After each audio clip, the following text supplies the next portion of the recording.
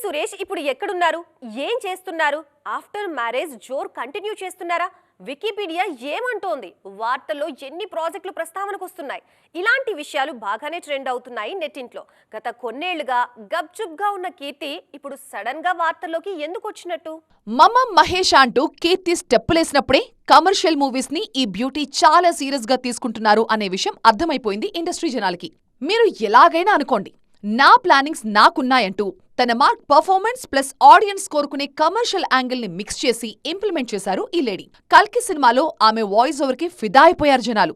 టాలీవుడ్ లో కీర్తి కనిపించి చాన్నాళ్లైనా కనీసం వినిపించారని హ్యాపీగా ఫీల్ అయ్యారు. రోమ్ లో ఉంటే రోమన్లా ఉండమంటారంటూ ముంబై వీధులకి తగ్గట్టుగానే ఇంకాస్త గ్లామర్ యాడ్ చేసి పిక్చర్ పర్ఫెక్ట్ అనిపించుకుంటున్నారు కీర్తి. బేబీ జాన్ ఇండస్ట్రీ హిట్ కాకపోయినా కీర్తి సురేష్ కి మాత్రం మంచి మార్కులే తీసుకొచ్చింది. లేటెస్ట్ గా మళ్లీ కీర్తి సురేష్ టాలీవుడ్ మూవీ చేస్తున్నారనే టాక్ మొదలైంది. నితిన్ తో మరొకసారి జోడీ కట్టే అవకాశం కీర్తి డోర్ బెల్ కొట్టిందనేది న్యూస్. ఉత్సాహంగా ఉల్లాసంగా చదువు సాగాలి, గొప్ప గొప్ప ఉద్యోగాలు సాధించాలి. Vignan deemed to be university. ఆ మధ్య సాయి పల్లవి చేస్తారనుకున్న ఈ క్యారెక్టర్ ని ఇప్పుడు కీర్తి యాక్సెప్ట్ చేశారా లేదా అనేది ప్రస్తుతానికి సస్పెన్స్.